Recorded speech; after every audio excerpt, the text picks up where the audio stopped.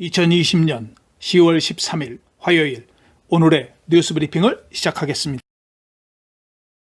오늘 사진은 어제 오후에 쾌전 지역에 내린 집중호우로 띠목에베뉴를 운행하던 승용차가 물에 잠긴 모습입니다. 어제 폭우로 인해 SM노스 쇼핑몰에도 빗물이 들어왔으며 쾌전 에베뉴를 운행하던 차량들은 극심한 교통체증이 발생하기도 했습니다. 요즘 라니냐의 영향으로 오후만 되면 천둥 번개를 동반한 폭우가 내리는 곳이 많이 있습니다. 교민 여러분들도 집중호우 시 안전운전하시기 바랍니다. 필리핀 경찰의 납치로 인해 필리핀 경찰청 본부에서 살해당한 고 지익준님의 4주기 추모식이 온라인으로 개최됩니다.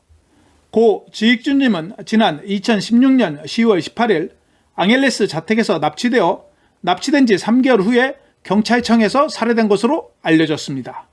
현재 살인범에 대한 재판은 진행 중에 있으나 재판은 언제 종료될지 현재로서는 기약할 수 없는 실정입니다. 중보로선 한인회는 혼자 재판을 진행하고 있는 고 지익준님 미망인 돕기 운동을 펼치기도 했습니다.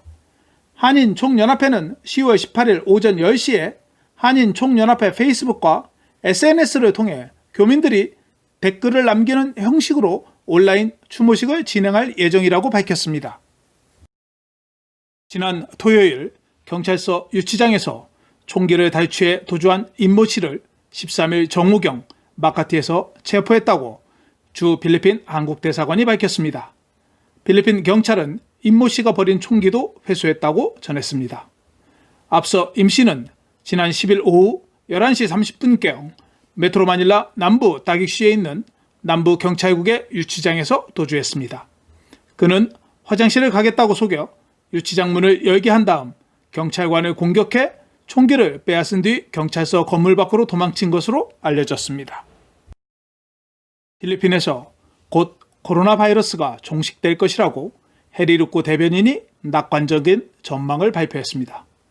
루꼬 대변인은 12일 FDA의 세계 회사의 백신에 대한 3상 시험과 관련 좋은 소식으로 전염병이 곧 종식될 것이라고 말했습니다. 또한 대통령은 12일 전체 내각회의를 진행했으며 경제를 재개하는 방법을 논의했다고 덧붙였습니다. 두테르테 대통령은 수요일 대국민 연설을 진행할 예정입니다. 한편 두테르테 내각은 공공교통에 대해 수용 용량을 기존 30%에서 50%로 상향 조정했습니다. 어제 쾌전시의 셀러브레이트에서 하원 의장으로 선출된 벨라스코가 오늘은 국회의사당에서 정식으로 의장에 선출된 뒤 수락연설을 진행했습니다.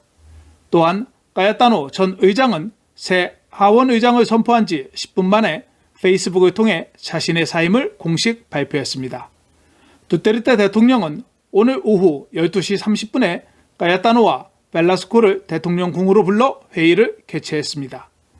벨라스코는 수락 연설에서 코로나19 전염병과 그에 따른 위기 상황에서 국민의 관심이 개인적인 탐욕과 정치적 야망의 재단에서 희생되고 있다며 불필요한 혼란에 대해 까야타노를 비난했습니다. 필리핀 대학교 옥타 연구팀은 코로나 바이러스 감소에 주목하지만 사례가 급증하는 지역에서는 더 엄격한 격리를 촉구했습니다. 연구팀은 1일 발생률이 1000명당 7% 이상인 경우와 병원 수용 능력이 임계 수준인 70%를 초과하는 경우 보다 더 엄격한 검역을 실시해야 한다고 주장했습니다.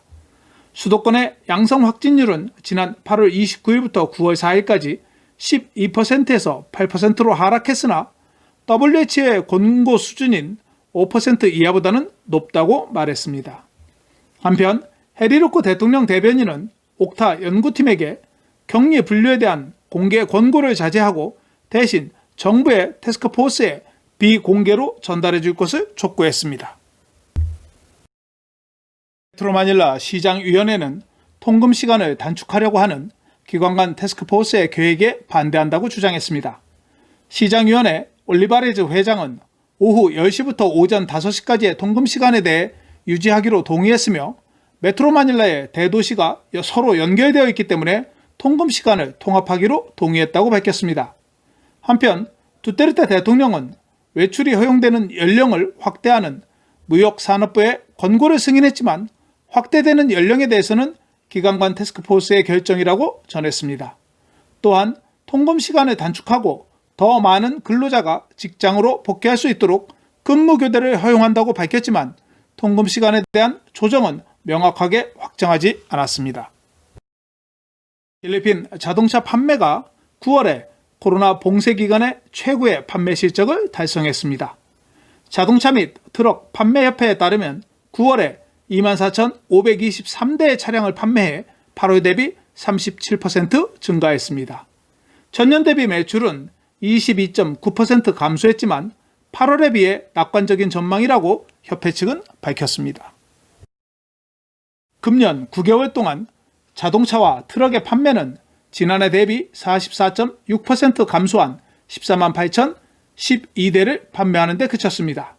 승용차에 대한 판매는 4만 4,079대로 지난해 대비 45.1% 감소했으며 상업용 차량에 대한 판매 비중은 69.96%를 점유했으나 지난해 대비 44.4%의 판매 감소를 보였습니다. 깜삐는 올 판매 목표를 지난해 대비 20에서 40% 감소를 예상하고 있습니다. 지난 10년 동안 자동차 판매가 감소한 해는 2011년과 2018년이었으며 2017년에는 자동차 세금의 변경에 따라 42만 5,673대로 가장 많은 차량을 판매하기도 했습니다. 필리핀 테니스 신예 알렉스 엘라의 부모는 엘라가 각종 세계대회에 출전하기 위한 경비를 필리핀 스포츠위원회가 지원했다는 발표에 대해 한 푼의 지원금도 받지 못했다고 주장했습니다. 알렉스는 지난주 끝난 프랑스 오픈 테니스 대회에서 여자 단식 4강에 진출했으며 필리핀 스포츠위원회는 엘라의 훈련비와 대회 참가를 위해 300만 페소를 지원했다고 발표했었습니다. 또한 필리핀 테니스 협회는 1월 이후 6개국의 국제 토너먼트에 대해 승인된 150만 페소의 훈련비를 지원했다고 주장했으나 부모가 지원이 없었다고 주장하자 스포츠위원회는 이사회는 승인을 했지만 필요한 문서가 아직 처리 중에 있다고 말을 바꿨습니다. 한편 15세의 알렉스 엘라는 세계 주니어 랭킹에서 2위로 순위가 상승했습니다. 필리핀 관광부는 보라카이 관광 노동자의 PCR 검사를 위해 800만 페소를 배정했습니다. 뿌얏 관광부 장관은 다른 관광지가 여전히 재개를 주저하고 있기 때문에 더 많은 관광객이 보라카이를 방문할 것으로 예상하고 있다고 전했습니다. 보라카이는 지난 10월 1일 국내 관광객에 한해 관광을 재개하고 있습니다. BPI 은행은 2020년 3월부터 8월까지 2,000개의 피싱 사이트를 삭제했다고 밝혔습니다. 사기꾼들이 검역 기간 동안 고객의 개인 정보를 유출하도록 유인하는 공격을 반복적으로 시작함에 따라 매일 최소 10개의 피싱 사이트가 제거되고 있다고 BPI는 성명을 통해 밝혔습니다. 피싱은 사기꾼이 가짜 이메일, SMS 또는 전화통화를 사용하여 개인 정보를 수집하고 계좌에서 자금을 빼내기 위해 은행 담당자인 것처럼 가장하는 방법입니다. 산미겔 그룹은 13일 메트로 마닐라 스카이웨이 3단계가 완료되었다고 발표했습니다. 라모낭 회장은 남부 루준 고속도로와 북부 루준 고속도로를 연결하는 17.93km의 프로젝트가 지난 주말에 완료되었다고 말했습니다. 이번 완공은 원래 10월 31일 계획보다 빨리 완공되었으나 지속적인 폭우로 인해 아스팔트의 양생 등이 마무리 작업이 지연되어 고속도로는 아직 일반인에게 공개할 수 없다고 말했습니다. 스카이웨이 3단계를 이용하면 남부와 북부 고속도로까지 기존 3시간에서 20분으로 시간이 단축됩니다. 필리핀은 어제 3,564명 추가 확진자에 이어 오늘 1,990명이 추가되어 총 확진자는 34만 4,713명으로 증가했습니다. 수도권은 580명의 확진자가 발생했으며 까비떼 114명, 리잘 105명, 라구나 100명, 미사미스 오리엔탈 94명이 추가로 확진되었습니다. 경증 환자는 84.2%이며 무증상 환자는 10.6%입니다. 최근 14일 이내 발생자는 전체 92%로 1,831명이 증가했으며 수도권에서는 28% 510명이 발생했습니다. 칼라바라존에서 436명, 북부 민다나오 158명이 발생했습니다. 해외 근로자 6명이 발생했으며 지역이 확인되지 않은 확진자는 3명이었습니다. 어제 14일 이내 확진자는 3,197명이었습니다. 어제 11명의 사망자에 이어 오늘 40명이 추가로 사망해 6,372명으로 사망자가 증가했습니다. 수도권 사망자는 3명이 발생했으며 전체 40명의 사망자 중 9월 사망자는 15명, 10월 사망자는 18명이었습니다. 오늘 회복한 사람은 327명으로 총 29만 3,383명이 회복하여 회복률은 85.1%입니다. 오늘 검사를 받은 개인은 28,752명으로 총 394만 3,395명이 검사를 받았습니다. 오늘 확진율은 6.9%였습니다. 취합된 실험실은 총 145개 실험실에서 128개 실험실이 자료를 제출했습니다.